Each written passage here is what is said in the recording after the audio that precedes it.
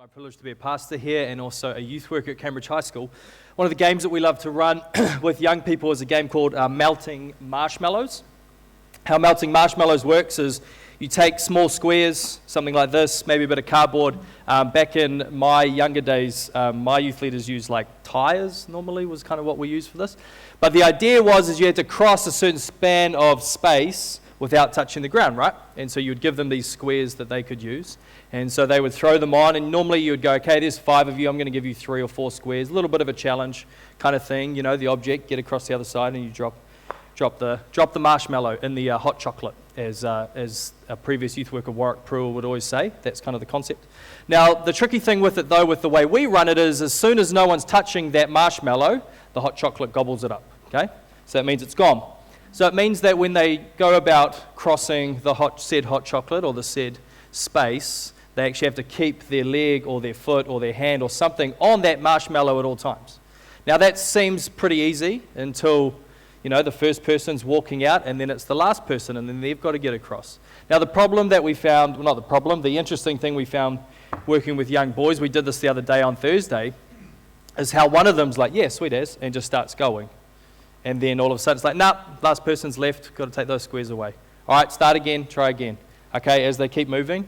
And then they get distracted, they're holding each other's hands and stuff, and you know how teenage boys get. They get a little bit distracted and they start pushing each other and they fall off. All right, start again, all good. We stopped them and there were 4 boys and we gave them 4 carpet squares, which is actually a bit of a helping hand really. They should be able to do it with 3. And I said to them, okay, this is your last chance. If you guys can cross without failing whatsoever, we're going to buy you guys KFC at group next week, okay? All right. Give the boys a little bit of laser focus, okay? It's good, right? Who thinks, you know, food? Good way to laser focus teenage boys? Yeah, a few parents nodding their heads out there. KFC's a really good incentive. So we set them out on the task. Now, they had sort of figured it out and were starting to work together quite well as a team. And me, Joel Bartram and Jackson Stanley were 3 youth workers working with these boys. We thought, well, it's, you know, they're starting to get there. It's pretty easy. And one of the things that we found that boys also really love is just like a rugby ball or something. And the whole time we were playing this game, they keep going, yeah, throw us the ball. We're like, cool. So we started throwing them the ball. Catch it, throw, catch it, cool. Then what we'd do is we'd lob it up a little bit higher, right? Just to see if it would make them topple over. They were almost at the end. 2 of the boys had already crossed over the finish line. And as they were about to finish, I decided I'd just roll the ball along the ground, just out of reach. Just interested to see what happens. Well, what happened was one of the boys stops and tries to reach out, and the other one steps off, and now all of a sudden the boy's left with 1 marshmallow because all the other boys had stepped off the other ones. Because he got distracted by that very thing that was in front of him. Now he managed to kind of put his feet together and hop on it, and they crossed the finish line, and they got their KFC. But could you imagine how devastated his friends would have been had he had fallen off, had he had made a mistake, and therefore they had lost KFC over a rugby ball? And I said that to the boys afterwards. I said, you guys nearly cost yourself a free feed next week because you were distracted by a rugby ball. I said, what's better, the rugby ball or the KFC? Now all bar one of them said KFC. The other one, he's a bit special. We love him to pieces. And he was probably just being a little bit cheeky. You and I face the same task actually in life. You see, God has laid out for us a really clear path and plan for His will in our life. He has set promises that are for us in our future. And how often is it as we are walking, and yes, life is challenging and life is hard, we get distracted. And in those distractions, we can start to veer off the path and the course that God has laid out for us. You see, I think John understood this. You know, as we're going through this series on walking in the light, one of the things about the darkness is it's actually quite appealing. Unfortunately, it is. And so John wants us this morning, and I think this is where we're going to be looking, is John wants us to walk with resolve. Walk with focus. We're going to be looking at 1 John chapter 2, verses 15 to 17. You see, we don't have much time this morning, and that's fine because we don't need much time in this passage. You see, already this morning as you've been reflecting on those questions, sitting in a bit of silence, and singing praises to God, God has already been speaking to us in this way. And I'm not here to take God's place in doing so. But we're going to focus in on these few verses and understand how John wants us to not get distracted on the path that God has laid out for us. That we are going to walk with resolve, and even when things come our way, we will not be distracted by it to a point that we might miss out on our beautiful future. 1 John 2, 15 to 17 says this, "Do not love the world or the things in the world. If anyone loves the world, the love of the Father is not in him. For all that is in the world, the desires of the flesh and the desires of the eyes and pride in possessions, is not from the Father, but is from the world. And the world is passing away with all its desires, but whoever does the will of God abides forever." Just a couple of short verses with so much power and so much depth, and to be honest, we could talk all day long about it, but I don't think we really need to. You see, John is laying out for us the things that are going to distract us and turn us away from doing God's will in our life. And he lays them out really clear for us. He says, all that is in the world, the desires of the flesh, the desires of the eyes, and pride in possessions. We're going to look at that pride in possessions one in a little bit. But see how it's about the desires of the flesh and the desires of the eyes. It's the things that we crave for. It's the things that we see. We're going through a series at Youth Group at the moment. We do not walk by sight, but we walk by faith. You see, our eyes can be deceiving. Because when we look at the things around us, at the world around us, the world is going to tell us or show us what it thinks is important in this world. And if we are constantly looking to the world for truth, for meaning, for purpose, for identity, for love, then we will find it in those things that are not from the Father. You see, we will crave wealth beyond more than we could ever comprehend. That is not from the Father. That doesn't mean we work hard, because when we work hard for the Father, He rewards us, and He gives us great things that we can give and bless onto others. I'm always cautious, and I do want to say this, when I stand up here and talk about money, for this very reason. There are people in this church who will give away more money to God's work in this kingdom than I will ever make in my life. All right? So, it's okay to make money. It's not what I'm saying. But when our identity, when our love, when our passions and desires are wrapped up in those things, it can become a distraction to us. Those things that crave us in the flesh, the things of our heart that are not of God, that the world is going, just take it.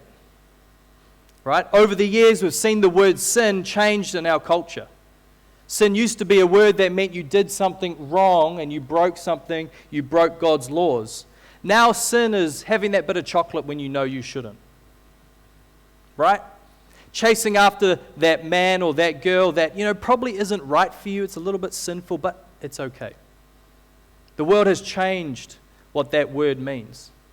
And it's actually saying to you, it's okay to follow some of those fleshly desires. Just chase after them. It'll reward you. It'll be fine. Because what the world shows us, what we see with our eyes, is that other people are rewarded for it. They seem to have a fulfilling life. They seem to have all that we might want in this world.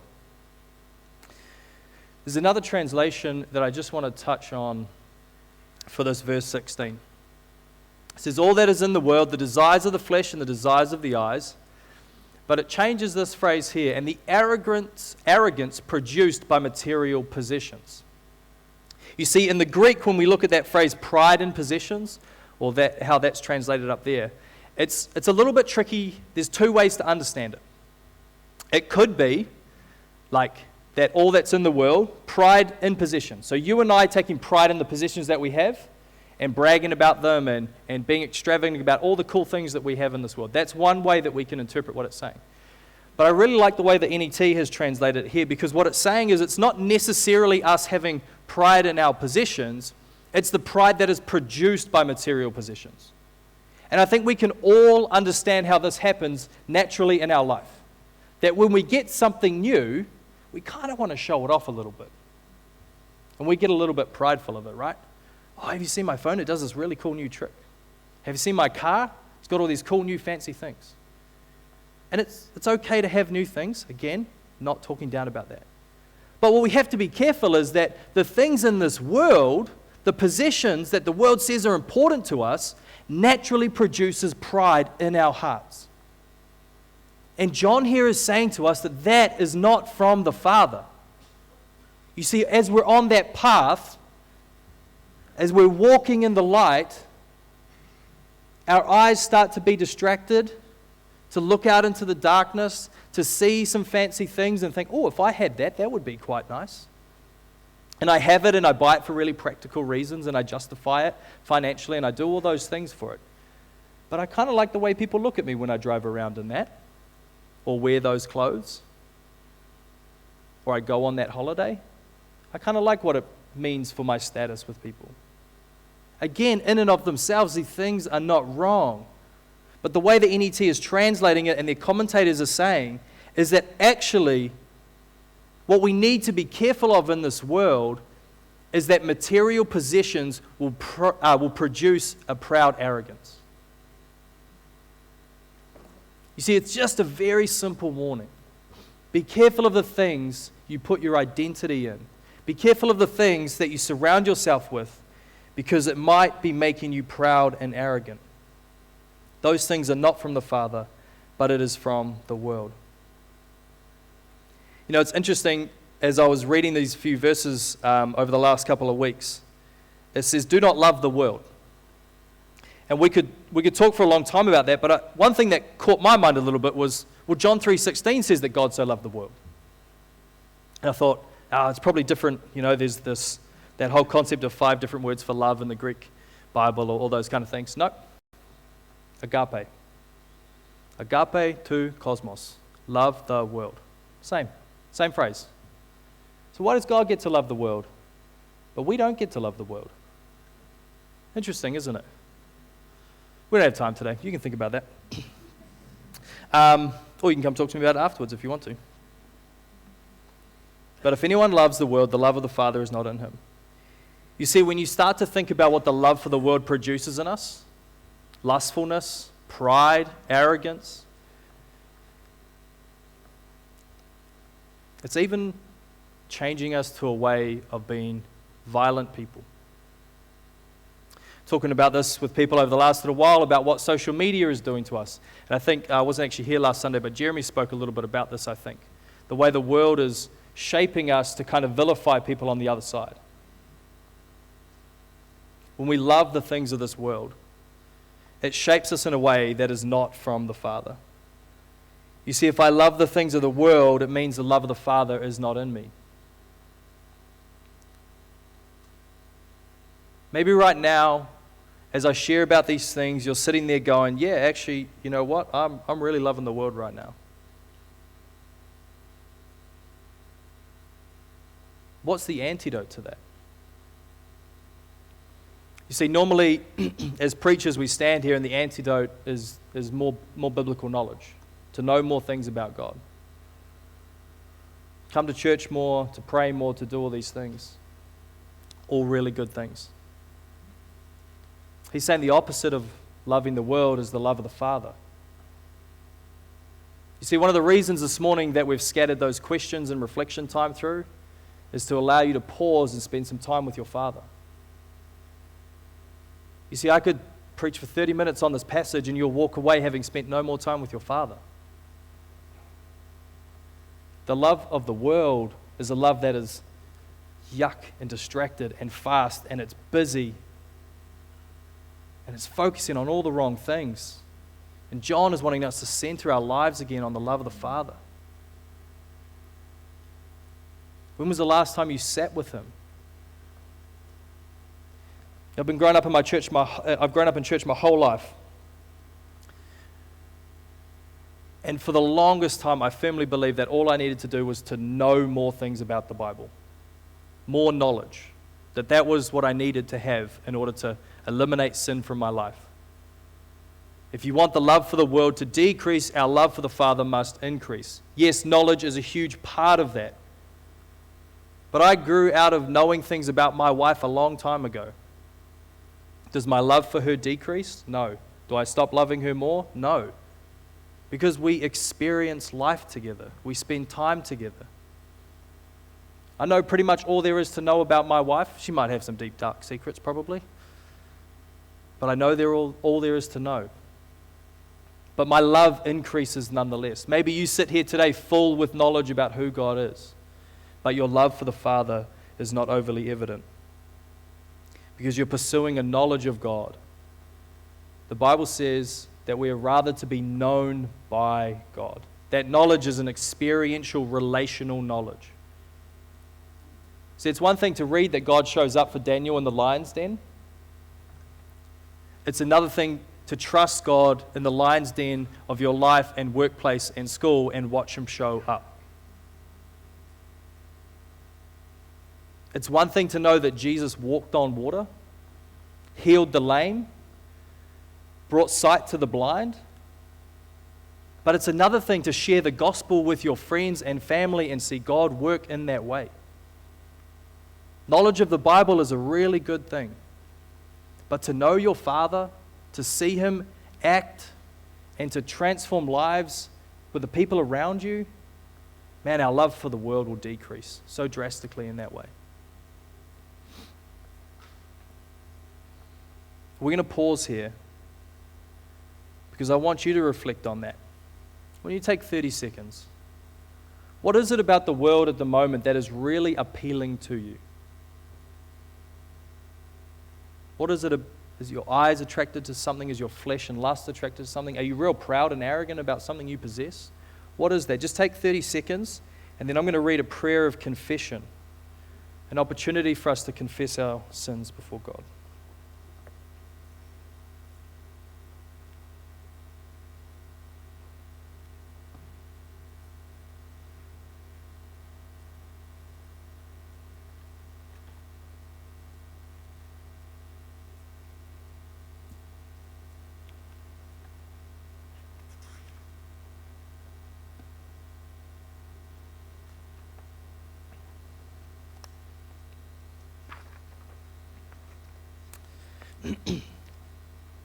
O Lord, open our minds to see ourselves as you see us. And from all unwillingness to know our weakness and our sin, God, Lord, deliver us. From selfishness, from wishing to be the center of attention, from seeking admiration, from the desire to have our own way in all things, from unwillingness to listen to others, from resentment of criticism, good Lord, deliver us. From love of power, from jealousy, from taking pleasure in the weakness of others, good Lord, deliver us. From the weakness of indecision, from fear of adventure, from constant fear of what others are thinking of us, from fear of speaking what we know is truth and doing what we know is right, good Lord, deliver us. From possessiveness about material things and people, from carelessness about the needs of others, from selfish use of time and money, from lack of all generosity, good Lord, deliver us. From laziness of conscience, from lack of self-discipline, from failure to persevere, from depression and failure and disappointment, good Lord, deliver us. From failure to be truthful, from pretense and acting apart, from hypocrisy, from all dishonesty with ourselves and with others, good Lord, deliver us. From impurity in word, in thought, and in action, from failure to respect the bodies and minds of ourselves and others, from any kind of addiction, good Lord, deliver us. From hatred and anger, from sarcasm, from lack of sensitivity and division in our community, from all failure to love and forgive, good Lord, deliver us. From failure to see our sin as an affront to God, from failure to accept the forgiveness of others, good Lord, deliver us. We need to be well aware of what the world is doing in our lives, otherwise we will run the risk of being distracted and being taken away from walking in the light. There's a reason that God doesn't want us to love the things in this world. It says in verse 17 that the world is passing away with its desires. But whoever does the will of God abides forever. You see, the things of God are the things that will remain for all eternity. The things of this world are things that are transient and are passing away. Jesus said it that if you're going to obey what He said, it's like building your life and your house on His rock. But if we do not, it's like building our house on a sand. It is destined to fall and to fail. when the waves and the storms of life come. It's passing away. It's transient. It's here one day and gone the next. But whoever does the will of God abides forever. This was an interesting one, actually, having a quick look through the New Testament of where the will of God shows up. It doesn't actually show up that many times, to be funny. There's about 12 times in the New Testament that the will of God, phrase will of God, actually appears, and here's a few of them. A few of them were related to, Paul, I write to you, that's the will of God kind of thing. If we want to do the will of God, which can often be a bit of a controversial thing to talk about, I know with a lot of our young people, they're kind of trying to seek for good reason, what is God's will for my life, what career, what university, all those kind of things to do. Really good questions to ask, really good things to spend time with God praying and talking about. But when we look through the New Testament idea of the will of God in our life is much simpler. You see in 1 Peter chapter 2, verse 15, to do the will of God is to just do good so that you'll silence the foolish talk or the talk of foolish people. And what Peter was talking about there was that people were criticizing people in the church. And he said, well, just go and do good, and so when they criticize, they'll look like an idiot, is kind of what Peter was talking about. So we go out of our way to do good in the world in which we live, so that way the world has no leg to stand on when it criticizes us. 1 Thessalonians 4 verse 3 says that it is God's will for you and I to be sanctified. That word sanctified means to become more like Christ, to do away with the sinful flesh and those desires and the prides of possession, all those things, to put away with those things and to become more like the God that we serve. And in 1 Thessalonians chapter 4, I would encourage you to go home and have a read about the things that it is asking us to give up in order to take on. Again, in 1 Thessalonians chapter 4, it says that we are to rejoice always, pray continually, give thanks in all circumstances. So when you wake up daily and you're trying to figure out what is it that I need to do, what is God's will for me in my life, rejoice always, pray continually, and give thanks in all circumstances. When I go to school or when I go to work and I don't know what I'm supposed to do, what is God's will for me today? Go and do good. When I'm sitting there and I'm tempted to think evil thoughts, to do evil things, or to be called away from God, and I go, what is God's will in my life? It is to be sanctified. It is put to death on the cross those things that God has said is not good for us. Why is it that we do God's will instead of loving the world? Jesus says that I have overcome the world. If the one that we follow has overcome the world, then it is not for us to walk in the filth of the world and love the things that are of this world. Because that is not what God has called us to. Maybe you're still trying to figure out, well, outside of that things, how do I discern what God's will is for my life? Well, Romans 12:2 paints a really simple picture for us. We do not conform to the patterns of this world. We do not fall in line with what other people are saying we should do and think and the way that we should act. But we're transformed by the renewing of your mind. Do you know that there is some new research coming out about the way that our brains work? People that pray 10 to 15 minutes a day are literally changing the brain structure. For the good, just FYI, not the bad. So you think about all the bad things in this world that are reshaping our brain, technology, sugar addictions, all those kind of things that are going on. Prayer can literally undo that work. When we spend time with the Father in silence and reflection, when we seek Him through His Word and through prayer, when we seek to renew our mind through sharpening our lives by being in community with other believers, our minds can be renewed. Then you will be able to approve what God's will is. His good, pleasing, and perfect will. You want to know how to discern God's will in your life? Renew your mind. Renew our minds. When we spend all day on social media, watching TV, reading through the news of the day, all those things become a distraction to us. They're shaping our brains to fear what is out there in the world. Social media is designed that every now and then an ad pops up and I go, I should probably buy that. I think I need that. Got a good video that shows me why I need that. My brain is being formed in a way that I should consume everything that is around me. When we do God's will, we will abide forever. The NET version, which is what I used for the verse before, uses the phrase remain. The word there, abide and remain. They use the word remain because I think it gives greater weight to what John is trying to say to us in this passage. That in comparison to the fleetingness of this world, we have an opportunity to remain forever. You know, at the end of the day, a lot of us desire to leave a legacy in some way, shape, or form. Either through our business, maybe through our name.